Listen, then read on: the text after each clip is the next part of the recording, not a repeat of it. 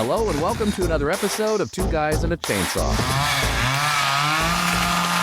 I'm Todd. And I'm Craig. Week 3 of our Christmas holiday extravaganza. Still lots of Christmas horror movies out there for us to do. And there are more coming out every year, so I just don't think we're ever going to run out of them, probably. No. And this time, Craig decided we would put to our patrons what horror movie we should do next. And he threw up a few. And the one that topped the list was the 2006 remake of Black Christmas, which was produced by the original director, Bob Clark, and he apparently was a big fan of the movie. He died not long after this movie was released, unfortunately, and due to the non-critical success of it, he thought that he would just go ahead and maybe try again, like do a sequel to the original and use some of the original people, thought that might go over a little better. And sadly, because of his death, that didn't end up happening. And everything kind of fell by the wayside. But we did get another movie. So don't confuse this, what we're about to do, with 2019, I think? It's Black Christmas?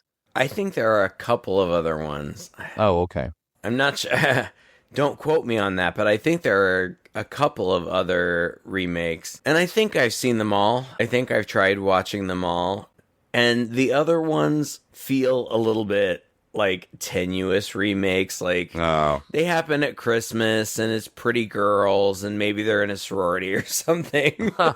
That's about it. Yeah, but that's about it. This one at least does. I'm really excited to hear how you feel about this one because I know that the original is near and dear, special to you. Like, oh God, yeah. This I think this is probably the first Christmas movie that we did on the podcast because it really held a place in your heart, and it didn't for me before we talked about it, but beyond that point, since we've talked about it, I really appreciate and respect it in that regard too. I felt like this was at least, if nothing else, a fair sequel.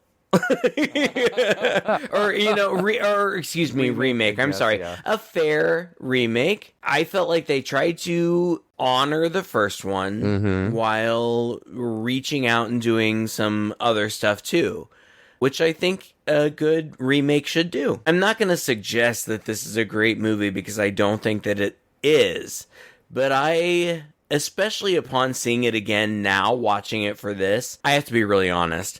I put this in the poll hoping that it would win because I've suggested it every year for so many years, knowing that you probably didn't want to see it because you love the original so much. Well, it's not like, and we've talked about this before, like when we did our sequel month, it's not like I have opposition to doing remakes, and it's not like I see a remake and I get pissed off because, oh, how dare they remake that old movie that I loved? Oh, how dare they do that? No, people can do whatever the hell they want. Sure. It's fine. The original still exists and it's out there. The only caveat I have, and I think I brought this up when we were doing the Nicolas Cage version of The Wicker Man, another movie where the original one was such a near and dear movie to my heart. Right. And that is, it's a shame if a person who's never seen the original ends up seeing the remake first, the inferior remake first, and it kind of spoils their experience, I think, of seeing the original for the first time. That's my only beef with that.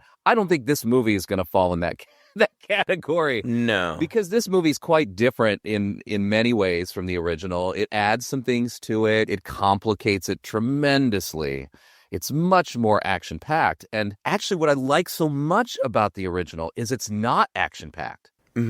It's quiet. Yeah, it's quiet. I don't even know if it has a score. It feels like a cozy holiday movie where bad things happen to be happening. And if I remember correctly, nobody really knows that bad things are happening. Yeah. Until almost toward the end of the film. It's one of those horror movies where people are dying left and right, but nobody's really aware of it.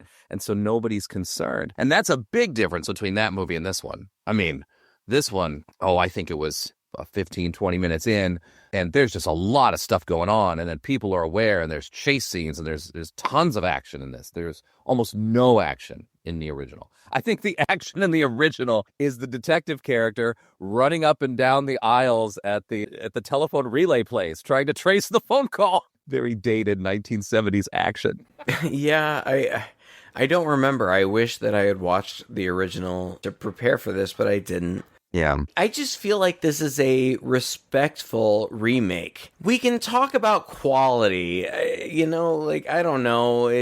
There are things that are not great, but I feel like they tried to go for the original tone. Like, it opens on this house, this sorority house, all decorated for Christmas and Christmas music, and it looks cheery, but it's shot from almost the identical angle from the first movie, I think, if I remember correctly. And if I don't remember correctly, it looks almost like A Christmas Story, which Bob Clark also directed. Yeah. So you're told from the beginning, this is a Christmas movie. Yeah. And then I thought that this remake did a good job. They did this ominous shots of like a wine opener and a snow globe and scissors. But like, not only is this going to be a Christmas movie, but there are weapons around.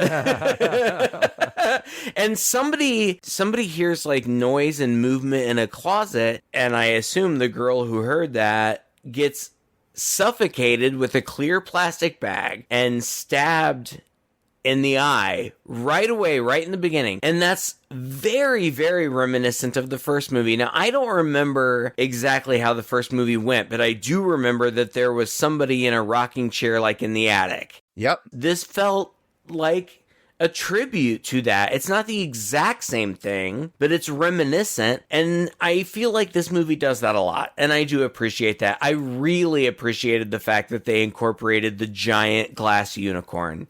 That was my favorite part. That's right. Oh my God. I think, that was going to happen because Bob Clark produced it. He was apparently a fan of it. Yeah. And I guess as executive producer, he was still on set a lot of the times, and he threw his full support behind the director. And the director is Glenn Morgan. And Glenn Morgan was heavily involved before this in the Final Destination franchise. He wrote the first Final Destination movie. I think he wrote the second, maybe the third as well. He was an uncredited writer in that 1986 Trick or Treat movie, the one with the rock musician that comes back from the dead. Oh, that's funny. Isn't that crazy? Yeah. Yeah, and he wrote and directed the Willard remake, which we did, which also did not do well critically. But I liked it. Yeah, you really liked it. I was kind of about it. I thought it was awfully action heavy and CGI, for what the original was. Yeah. I think he kind of did the same thing to that one that he did to this one. The original has a very quiet, sleepy tone to it, and it's creepy that way. Yeah. And then, he just kind of took it up to for the modern audience, which, is generally what people do and what people kind of expect, I guess. Or at least that's what studio execs seem to think people want. Right. We hardly get anything different, so it's hard to know for sure if that's what really works. But yeah, he wrote Final Destination 3, and he's done lots of TV writing and stuff. And because Willard did not do so well, and when this movie was released, he said, look, if this movie doesn't do well, my directing career is over. And then that turned out to be pretty right. This movie was a failure box office critically. I think it's got 14% on Rotten Tomatoes. Yeah, that's a bummer. And he didn't end up really doing much else except directing. Well, he still's directing like TV shows and things like that, but no movies or anything big. And I don't think it deserves a 14%. I mean, come on. We've seen worse stuff. But if you want to get down into the nitty gritty, and as we continue to talk about this beyond the first scene, I think there's a lot of goofiness about this movie that maybe rubbed people the wrong way.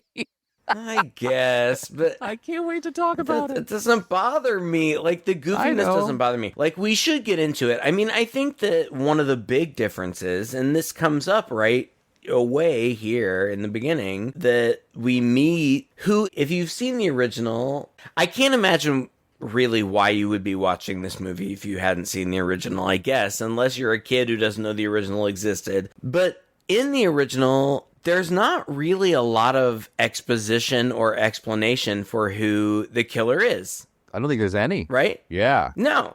Yeah. And this movie tries to do that. No, I think it gives the killer a backstory. It's half the movie. I know, but I feel like it's a matter of taste. Like, you're either going to like it or you're not going to like it. I think it's stupid, but it doesn't bother me. I actually kind of enjoy it. Like, it feels like an addendum to the original. Like, oh, okay. I get why he's a freak now. So we learn that Billy killed his family at Christmas because I don't remember who his dad is. I don't know if it matters. But when he was born, he was yellow. And I guess that's because of jaundice. And they apparently didn't know how to treat jaundice at the time. I don't know. But his mom didn't like him. Well, yeah, we just hear the story here. I don't even remember who tells the story. Somebody tells the story. It's Kyle, I think, who tells the story. Kyle's a guy who just kind of pops in, and I was really confused as to who Kyle is. At first, I think that there's this creepiness they're trying to create, like people are stalking the house, like there's a lot of POV. You remember in the Bob Clark original, and Bob Clark just likes to do this in all his movies too, is heavy sort of wide-angle POV shots, almost akin to, it was said that John Carpenter kind of ripped him off for the Halloween, when he was doing the POV in the beginning of going up to the house. Oh, right. Yeah. And this movie does a little bit of that. I kind of was expecting, this movie plays so much homage to the original. I was really expecting more of that. I was surprised when I didn't see it, but there is a point in here where there's a person approaching the house and we kind of think that it might be Billy, but I think it turns out to be this Kyle guy. And this Kyle guy is... He says he lives in the house? No, he's somebody's boyfriend. He's played by Oliver Hudson, who is the son of Goldie Hawn and...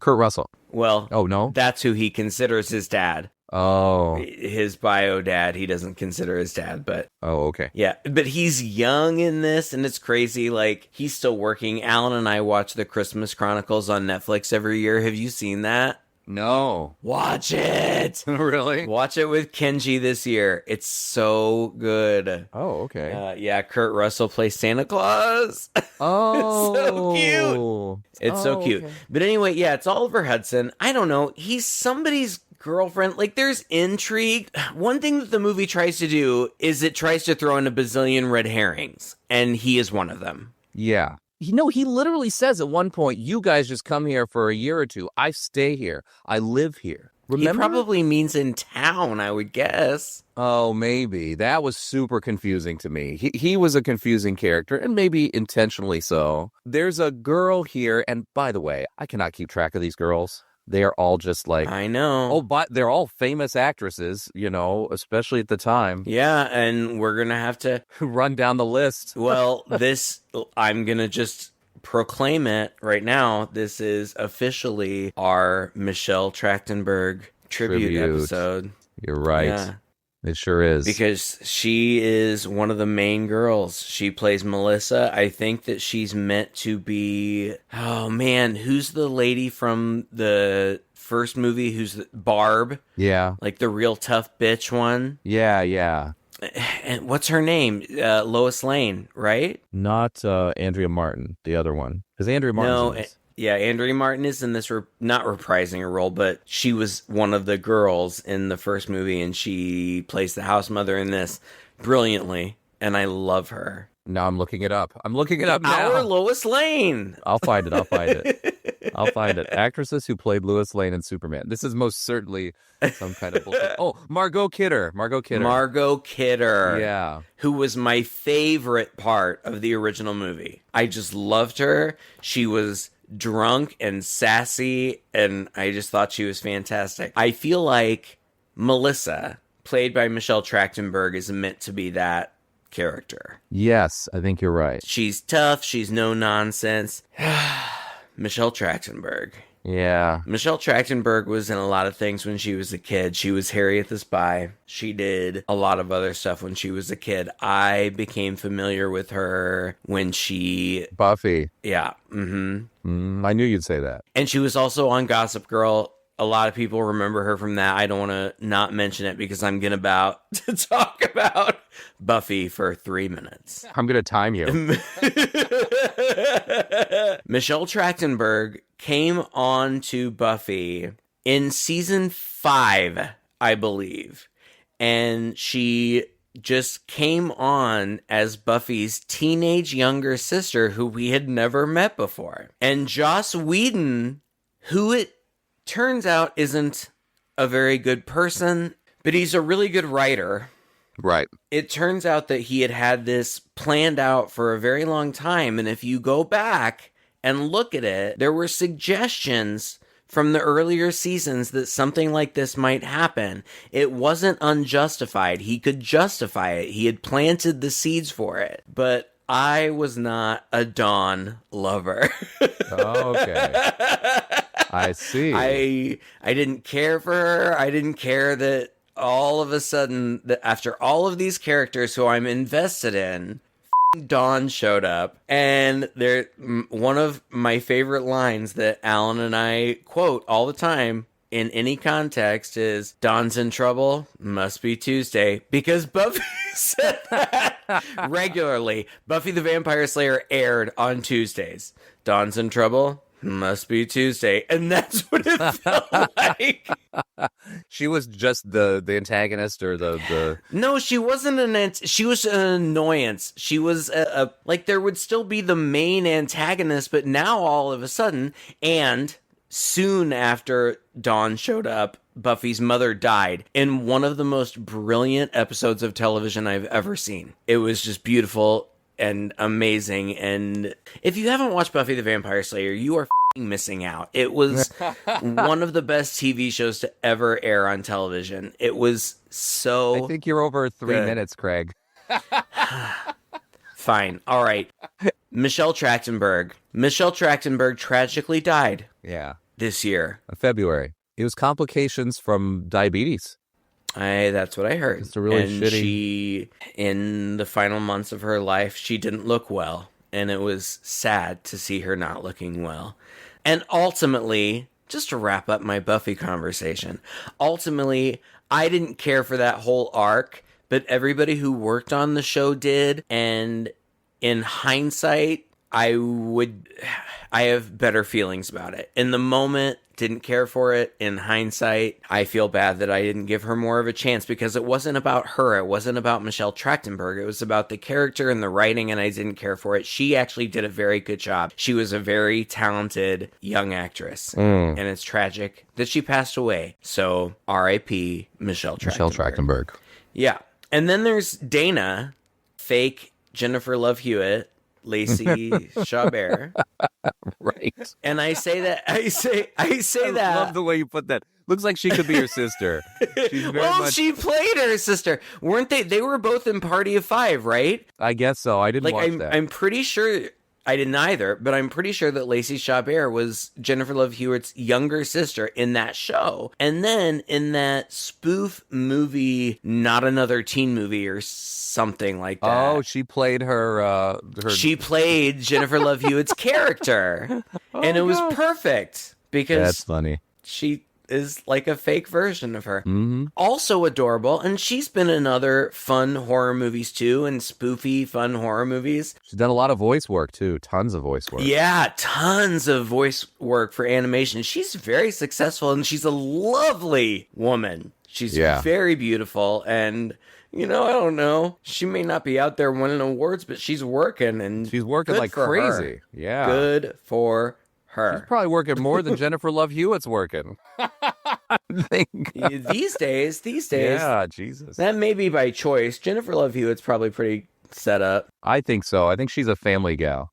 No. And she was just in that I Know What You Did Last Summer reboot, which I told you about. And I said, don't read anything about it. Just watch it. Mm-hmm. It was But it great. was good. I liked it. Yeah, I just Did you watch it? I saw that on the airplane to the U.S. this trip. That's awesome. That was one of the things I watched, and I loved it. I really enjoyed it. I thought it was great, too. Yeah, people out there watch it. It was really good. I also watched the Final Destination's Bloodlines on the train. And I don't normally watch horror movies on the airplane because oftentimes they're edited, and you know that I don't like to watch the edited version, but I managed to watch those two, and I was happy with both of them. I really liked how Final Destination's Bloodlines kind of brought things around. That was really kind of cool. Yeah, it was fun. And Tony Todd, you know. Ugh. Yeah. But anyway. Yeah, we'll probably get around to doing that at some point, so we can save that. But yeah, we should get back to this movie. Fake Jennifer Love Hewitt, Lacey Chabert. What were you going to say about her? Nothing. Just that she's in it. She's one of the other girls. Well, she is, and we were talking about how all these girls they just run together for me. Yeah, couldn't keep track of their names. Yeah, I really didn't know, and that's another thing I think was a little different from the original. Yes, I felt the original had number one, it had fewer characters, and number two, definitely they were more distinct. Yes, and you knew who they were, and you cared about them. These girls, I mean, they're pretty and they're funny and sharp, and it's not like I don't like them. It's not like I want them to die, but I just am not particularly invested in their stories. Exactly. One of them was Kristen Cloak, I think. Did she play the girl who's drunk all the time? And she was in Final Destination. I feel like a couple of these girls were actually in Final Destination or the sequels, which makes a lot of sense compared to when you talk about who's behind them. And there's Mary Elizabeth Winstead. Very famous, but I don't know what from. Yeah. Oh, well, we did. No, I guess we didn't do it. Scott Pilgrim versus the World, 10 Cloverfield Lane. That might be one that people have done. Yeah, she's very famous. There's a remake of Hand That Rocks the Cradle that came out this year that she was in. And I've read interesting things about that. Have you? Yeah. Oh, that could qualify as horror, couldn't it? That would be interesting to do. Maybe. I've read that in the remake it gets a little lesbianic. Oh, really? Well, I'm down for that, by the way. We'll I know. Me too. Yeah, you know. I like hot ladies. Death Proof, Quentin Tarantino, Final Destination 3. The Quentin, yeah, she's done quite a bit of horror, actually. She was in The Ring 2. Well, the remake, not the Japanese. Yeah. Yeah, her name is very familiar. Yeah, she's been around. She's famous. Katie Cassidy, daughter of David Cassidy, famous guy. She's done a lot. Mm-hmm. No Nightmare on Elm Street remake that I still haven't seen. Yeah, don't bother. Right. It's awful. Oh, God. Melrose She's Place. beautiful in it. I think she gets killed pretty early on, but she's... Oh. I like her. She's great. That's the thing. All these young women are beautiful. Mm-hmm. They're gorgeous to look at. And the movie is beautiful to look at. It's very colorful. It's very Christmassy, just like the original. And it's not uninteresting. Billy... It's high praise, Craig. It's not uninteresting. I know, but I feel like we're neglecting talking about it. And Billy is in a mental institution, but he gets out. Now, I think that he kills a guard or something. I don't know. Mm-hmm. Stabs him with a candy cane. Yeah, he sucks a candy cane real sharp and stabs the guy with that. The most interesting thing about him, I love the way that he's shot. He's pretty much only shot in close, close-ups on his eyes. Until he's not. Well, I mean, he's shot from afar also, but you don't get to see any, distinguishing features. You get to see his eyes, and then you get to see him walking around in a Santa suit or whatever he's in. Mm. The only really distinguishing thing about him is that he is Bert from Bert and Ernie Yellow. He is painted yellow. Yeah, it's a little silly. It's a choice. It's definitely a choice. It's one of the sillier things. I liked what they were trying to do. If you remember the original, we never see this guy's face. Never. All we see is his eye. We see his eye, and I think it's one of the most unsettling shots of the whole movie. It's brilliant. It's so great. It's like his eye in the crack of a door that he's kind of sitting behind. It's like a keyhole or whatever. Yeah, it's so great, and it's just such a great element of that movie. Now, it's like the director was like, you know what? We should make eyes a running theme of this movie. And so he decided that in every single scene possible, he was going to insert eye shots, eye imagery, literal eyes. And then most of the movie is going to be about how they gouge eyes out of people, how they stab people in the eyes, how this person's missing an eye, how they eat eyes. I mean, that's where it goes off the rails for me.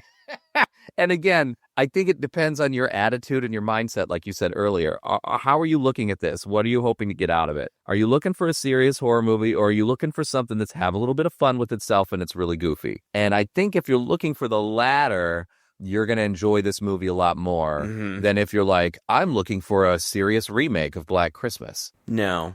It's tongue-in-cheek, I think. Super tongue-in-cheek. And that's funny. I liked it. I mean, once I realized this is where they're going with it, I'm like, okay, I'm just going to settle into this. This is my expectation now. I know. I texted you as I was like, have an open mind, give it a chance. Because I know that you're such a fan of the original. And if you're looking for...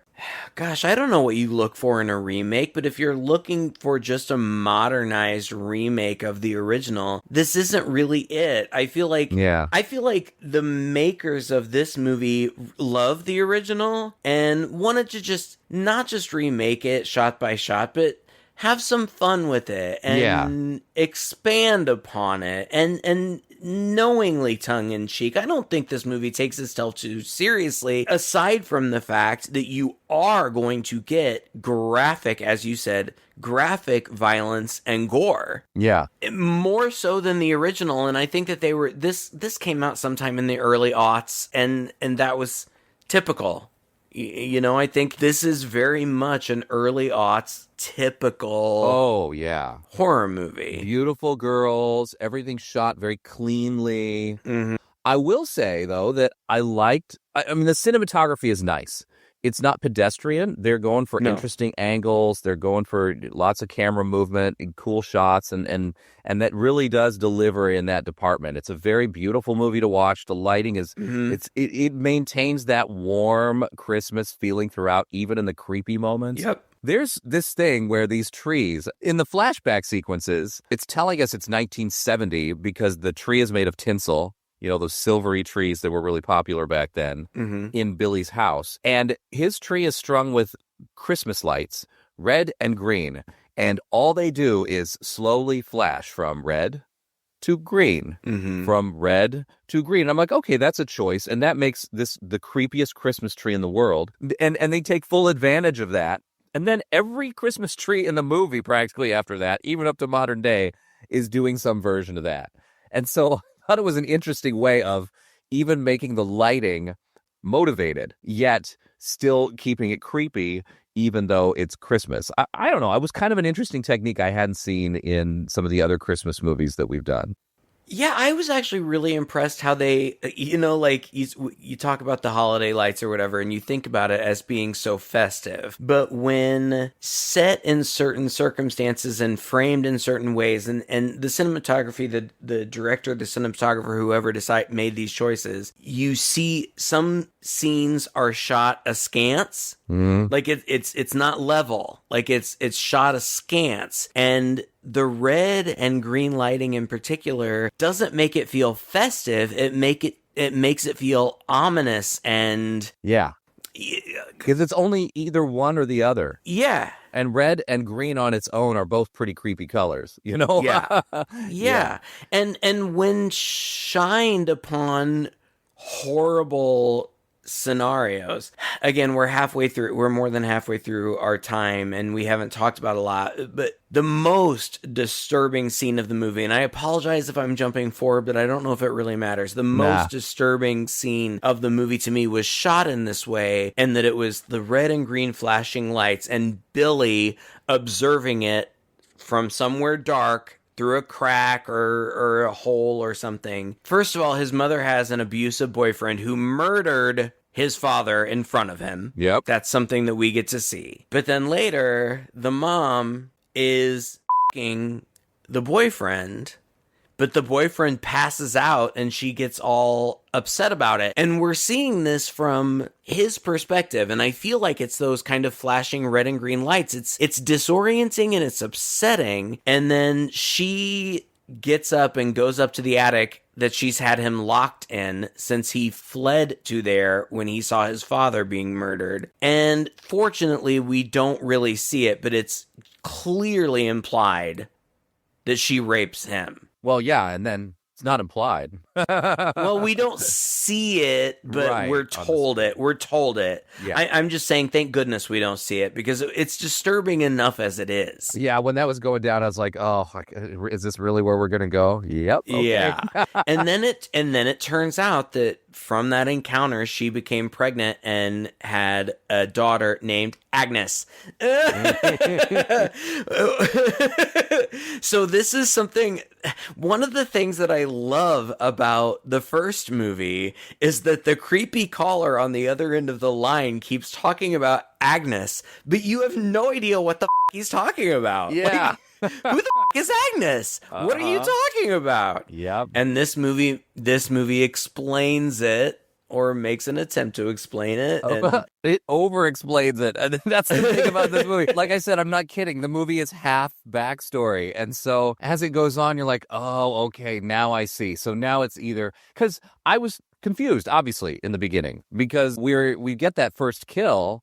And after the first kill, we start to get Billy in the mental institution breaking out. I'm like, so if Billy was breaking out of the mental institution after that first kill happens, then it can't be Billy who's the killer in the house. And I thought, well, is the movie just playing with me? Are they just doing some time jumping that I'm not aware of yet? You know, is this really flashback? But, you know, it kind of shows its cards early in that way, I think. And I'm not sure that's a great thing, because it is really within the first 10 minutes of the movie that you realize Billy can't be the killer. Or at least he's not the only one, right? So that might be one of the biggest knocks against the movie, I think, is it's not so much creating mystery as creating confusion. Like you said, there's a lot of red herrings thrown at you, but they're like obviously red herrings. And from the very beginning, we know that Billy is not in the house killing people because he's breaking out of a mental institution. So then he's coming there. So it's like, what is Billy going to be doing here? Okay, so he's going to be a killer, but we still know who this other one is. And then as soon as this whole bit about Agnes gets revealed, I'm like, oh, okay. So his sister, you know? And so halfway through the movie, I pretty much already knew what was going on in that regard. Yet I still feel like, you know, some ways the movie was still trying to treat this as a mystery I haven't solved yet. You know what I mean? I guess. I don't know. In the moments I didn't feel that way, it just didn't really occur to me. I think that when I was seeing those Billy in the institution bits, I thought, oh, this happened a few days ago. And yeah. Now he's here. I don't know. And I don't know, maybe I just wasn't... Maybe I was just influenced by the first movie.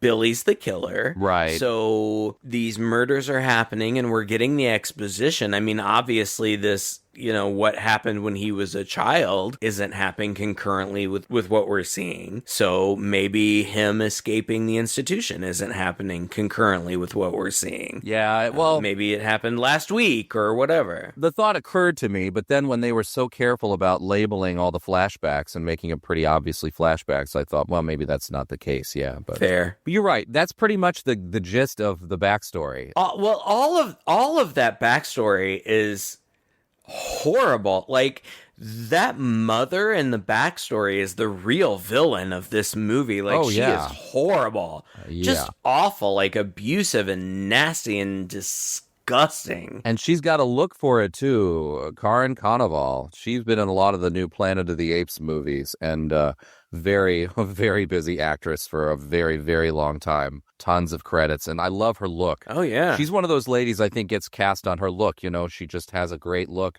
for a lot of things, and one of those I think would be this evil mother scenario. She's smoking, and she's in this guy's face, and oh, she's gross. And she's got too much makeup on, and they've got her hair teased out like she's a crazy person. Yeah, she's crazy. When she eventually, I know I'm skipping a lot. There are a lot of like sorority house deaths, and immediately after they introduce the character of Agnes, like Agnes was born and she exists, they introduce us to this sorority sister who is mousy and awkward and like, oh, this must be Agnes, but Yeah. it's just a total red herring, and eventually she gets killed. And there are lots of callbacks to the original, lots of people getting stabbed with pointy things and stabbed through plastic bags, and there's somebody in the attic. I don't know. Yeah, again, I think this is probably something that drove people crazy, is that it's a lot of the same. Mm-hmm. And it starts to feel a little goofy because of it, especially the plastic bag thing. I mean, the plastic bag was not like an MO of the killer in the first movie. It was just what he did to that first girl. Right. And that wasn't really even a plastic bag. It was like one of those. It was a garment bag, wasn't it? Exactly. She went into her closet. Yeah. Yeah. So, I mean, in this movie, it's like, hey, let's make that their MO. Just like let's make eyeballs a thing. And so you see the plastic bag in almost every death, and it does feel a little silly after a while until, like I said, unless you think, yeah, maybe this is just the goofiness they're going for. I mean, at one point, Kyle dies because he's going up into the attic because they're going to investigate a sound when many of them have been picked off. And the killer reaches down with a plastic bag, puts it over his head, and pulls him up by it.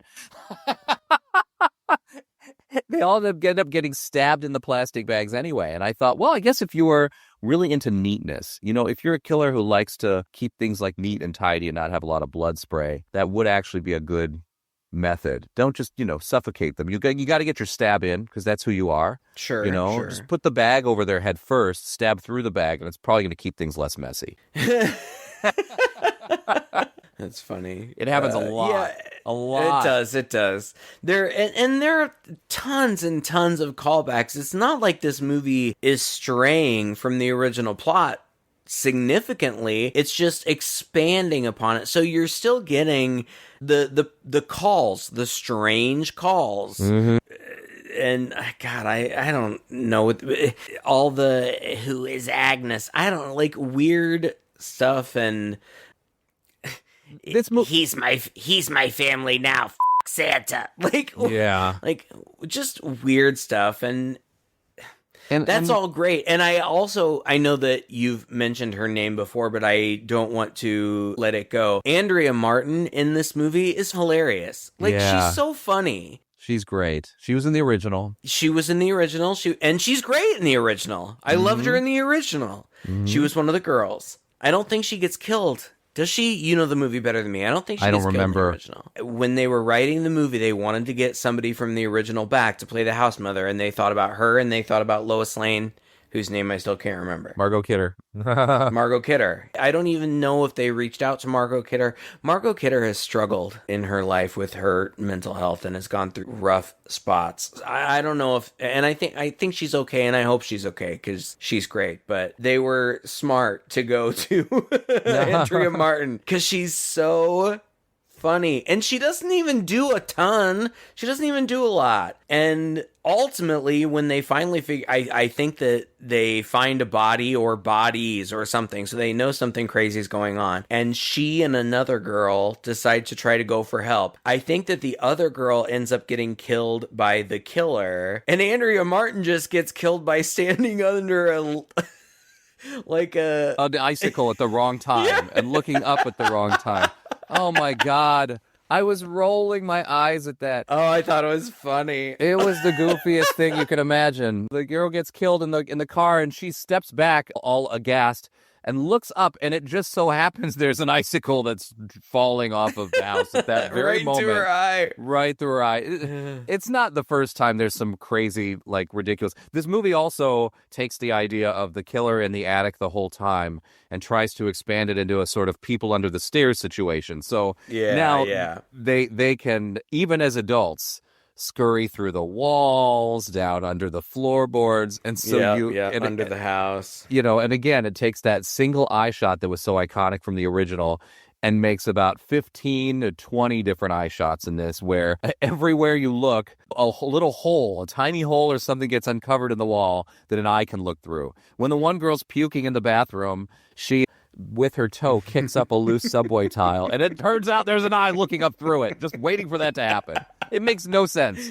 And then when she's taking a shower, you see the other one he pokes the other one out, and he's staring at her improbably from the floor through this tiny thing. There's even a moment where a thumbtack, like a push pin, that's holding up a poster in the wall suddenly gets pushed out. And imagine how tiny that hole is. Yet, the killer pokes that push pin out so he can somehow look through this miniature hole on people. And that was when I was like, okay, yeah, this movie's just having fun with this. They're just goofing on this whole notion. But I can see how that would... People go, come on, seriously? It's very similar with how the one other girl dies, right? When she goes out to take a smoke. She's out there smoking. And it just so happens that a drip from an icicle above her hits the tip of her cigarette to put it out, which frustrates her. So she just looks down and drops her cigarette. She happens to be standing right over a tiny hole outside on the porch, and she happened to drop her cigarette down through the hole, so she notices the hole. And that's interesting. And then when she hears a sound down there, she decides to go investigate the crawl space under, and that's when she gets pulled in and killed. Like, come on. This whole sequence of events is so Final Destination level. It is. One of the fun things about this movie is that if you watch the trailers for this movie, there are even more ridiculous scenes and deaths that were not in the movie. They were shot. Yes, they were shot solely for the trailer. And what a great idea. I think it's great, especially for a horror movie like this where the whole payoff is like the kills or whatever. Like, don't spoil them. Put fake ones in the trailer. I think it's hilarious. Some people were pissed off that they had been promised certain things. I think, gosh, this is off the top of my head, but I feel like there was something with a lawnmower and Michelle Trachtenberg. I don't remember, but yeah, I know that they intentionally shot a lot of fake scenes for the trailer. That's funny. And I feel like I haven't done a good job. I try to recap the movie, but honestly, like, I just don't remember the specific details because it's just people kind of getting killed. There are even characters that we haven't even talked about. Like, one of the girl's older sisters shows up, and yeah, that's a bit suspicious. She's in it for from the middle to the end, and I don't even remember why she's there. Like, I think she was there to pick up her sister or something, or her didn't show up. I don't even know. Oliver Hudson, as you said, is kind of a big part of it, and eventually they hear the phone in the attic and they know somebody is out there. And Oliver Hudson gets pulled up into the attic and stabbed in the eye. Killer. Yep. He gets his eyes gouged out, and the killer's like, he's my family now. And he eats his eyeballs. And like, we didn't even talk about, like, oh God. So the mom and the creepy, gross stepdad love Agnes and just shower all of this attention on her. But then when she's around like 7, 8 at Christmas time, Billy kidnaps her and takes her up to the attic and eats one of her eyeballs. Oh my gosh. She's my family now. And then he comes down and he kills his mother, eventually kills his mother. And I was just like, I couldn't believe this, right? Like, he kills his mother, he stabs her in the eye, he does the whole thing with the plastic bag and everything, but he strangles her with Christmas lights is what he does. Then he drags her into the kitchen, and where she had been baking Christmas cookies or whatever, picks up a rolling pin, bashes her head in a whole bunch of times. It's really quite brutal. Yes. And then picks up some cookie cutters and starts to make Christmas cookies out of her skin and puts them in the oven. And when the police come over to investigate the disturbance, they find him sitting calmly at the table, munching on these Christmas cookies. And I was like, oh my God, this movie is crazy. I read that was the producers. The producers wanted more gore. They wanted more gore. So they shot those scenes and the cookie cutter scenes. And they are crazy and they're gross and they're outrageous and it's disgusting and stupid. Yeah. But why not? I mean, the rest of it's quite stupid anyway. Yeah. It's fine. Oh, God. Well, the movie finished long after I was ready for it to be done, to be honest. That's another thing I really like about the original. By the way, if you haven't seen the original, don't let me spoil it for you. But like, the way the original ends is so creepy. They think they've got the guy, but they don't. Right. And so they leave the one girl, the one who survived the whole thing, ends up left in the house kind of unconscious, so she's sleeping. And sort of all through audio, all just from overhearing what everybody is saying, random people, as the cops are kind of pulling out and somebody's like, oh, did you get the lights here? Did you do this? Whatever. You realize everybody is slowly leaving and that girl is being left alone in the house and that guy's still in there. And all this is through this shot that just slowly starts to pull out. Yeah. And it's just so great. It's one of the best endings of a horror movie ever. It's really good. It's really good. And then the original Black Christmas is a classic. This is not. It could never be. They, it's this deal where they think they got the two, they killed Billy and her sister. And so like, here we are in the hospital, in the morgue, and there's the girls and are the girl, surviving, yeah. They're in the hospital bed. Meanwhile, there's a guy in the improbably dark morgue, just as it always is in these movies. All these hospital scenes are like dimly lit, like they turn off the lights at the hospital. I don't know if the lights at any hospital are ever turned off. They're usually bright all the time. I know. Anyway, yeah, he's like poured himself some eggnog in a beaker. I thought that was kind of funny. And then, of course, when he hears noises from the body bags, and it turns out both Billy and his sister are not dead. I really liked the scene. I feel like the girl is in her hospital room or something, and somebody comes out of the ceiling. Yeah, Billy goes into the ceiling and comes down from it, I think. Well, it's revealed that the main killer is really Agnes. Now, that's where it deviates mostly from the first movie. She's the one who's basically been living in the house the whole time. Yes, right. Billy just goes to join her this Christmas after he breaks out of the mental institution. Right. Yeah. I don't know. Yeah.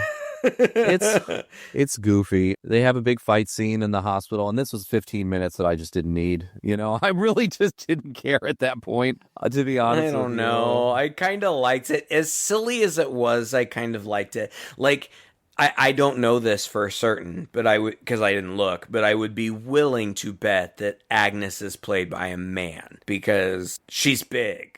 Yeah. Like, she's like a hulking Mike Myers kind of character. Yeah, you're right. Let me look. I don't know. There's, the final girl, like, I feel like maybe Billy and Agnes both chase her around in the hospital. Very Halloween 2 style. I don't know. Yeah. I don't know how Agnes gets killed, but God, I don't know. Agnes comes out of the ceiling. Kelly gets her with shocker. Did I mean the, defibrillators? Is that what I was talking about? That was one of the goofiest parts. I made a note of that, too. Like, where here she is in a hospital room full of potential things that she could probably quickly grab to defend herself with, and she decides to grab the defibrillators, which she has to wait to charge. They just wanted to get a defibrillator kill in here. Come on. Yeah, she does it to her face. That would be right. Mm-hmm. And kills her, but then Billy immediately comes out. Yeah. And she beats him with a crutch and says, "Merry Christmas, motherfucker." And she throws him out a window. Oh. Where he is then impaled on a Christmas tree. Well, it was down the staircase, yeah. I guess it was a window to the staircase, and yeah, he gets impaled on that Christmas tree. Which, I mean, you might as well. Everybody's getting impaled very improbably by things that shouldn't be able to impale people, but they are. And sure. It's fine.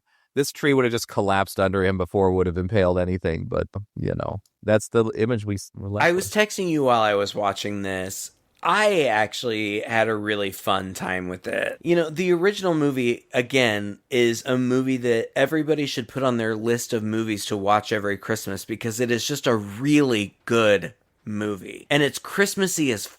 Like, it's so Christmassy, and it's just fantastic. And this, in terms of creative quality, pales in comparison, but I really had a fun time watching it. I don't know. And I don't know that I would have had so much fun watching it because it's relatively typical of these types of movies from the early aughts. There were all of these slasher type movies, and I'm not disregarding them in any way. I enjoy many of them, and Scream and many of those films that followed them really led a resurgence in popular horror, and I respect them and appreciate them for that. But this is kind of a mid one, kind of a urban legends. Not that I don't like that movie either, but one of the more mid-range of them in terms of quality. But I still had a really fun time watching it, and I think that our listeners might too.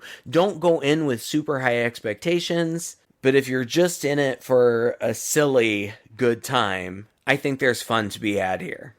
Yeah, I think tonally and kind of like structurally, it's a very typical horror movie of this time period. And I think that's why it didn't really impress me that much and why I did lose patience for it after a while. I knew we were just going to have a lot of action scenes. I knew that, that, like I said, that ending just kind of like, ugh, now I'm going to have to watch them battle it out in the hospital, but I kind of already know how it's going to end. And it was maybe the goofiness of it, which is only possible to forgive because they're referencing the material. Right. The old material. It's like parody in a way. Yeah. It's like homage as parody. And that's, for me, what made the goofiness fun. And I could imagine that a young audience in the early aughts who hasn't bothered to or hasn't seen a 1970s horror movie called Black Christmas coming to see a movie in the theater just can't really they're not going to appreciate that. They're not going to see what that is. They're not going to see this as parody. They're going to be like, yeah, this is dumb. And that, I imagine, is why it failed. Now, again, if you're willing to just be like, okay, this is just a goofy movie and that's fine, it's going to be fine for you too. I'm not really into that so much. I mean, I like the goofy movies, but in general, for this one, I enjoyed it because I'm a fan of the original. I could see what they were doing, and so I don't think it deserves 14% rating on Rotten Tomatoes. That's awfully harsh for what is ultimately a well-shot, well-acted, clever movie that's having a good time, and it's very typical of horror movies at this time, and maybe even a little bit better than a lot of them that we've seen. So. I'm sincerely glad that you could enjoy it, because I thought that it could have gone either way, and I thought that it would have been interesting for us to talk about either way. I thought that there was a strong chance that you might have really disliked it. I didn't want to pick it just to torture you, but I also thought if that's the case, that could be a really fun discussion. Right. You telling me why you didn't like it and me defending it. I'm ultimately glad that it didn't go that way. I'm glad that you enjoyed it. Yeah, I enjoyed it. It's fine. Like I said, I'm not, obviously I clearly prefer the original as a standalone film, but I can appreciate what they were trying to do. And yeah, if you're into this kind of movie, I think it would be pretty fun. We've certainly seen so much worse. We've seen better, but Absolutely. I mean, it's got a goofiness that is a little charming. Yeah. Well, guys, thank you so much for listening. Thank you so much for being with us for all these years. Here we are on our 10th year now, wrapping it up. It's pretty crazy. I mean, we're over 10 years now, and we're in the holiday season. And so we consider you guys our family, when we get together for the holidays and enjoy our time with family. I have to say, when we record these Christmas episodes, I also sort of feel like we're talking to our family out there. It's just it's like a little cozier than normal, I suppose, and so thank you for joining us for this. Please reach out to us. You can be the long lost relatives that, don't reach out every now and then. The aunt that doesn't call so often that suddenly surprises us by going to our website, chainsawhorror.com, clicking talk to us, send us a little voice message there, or just send us an email or drop us a message to let us know what you think, or even indirectly, write a positive review of our podcast on one of your podcasting platforms, such as Apple Podcasts. And we love to read and hear and respond to those when we can. Until next time, I'm Todd. And I'm Craig. With two guys and a chainsaw.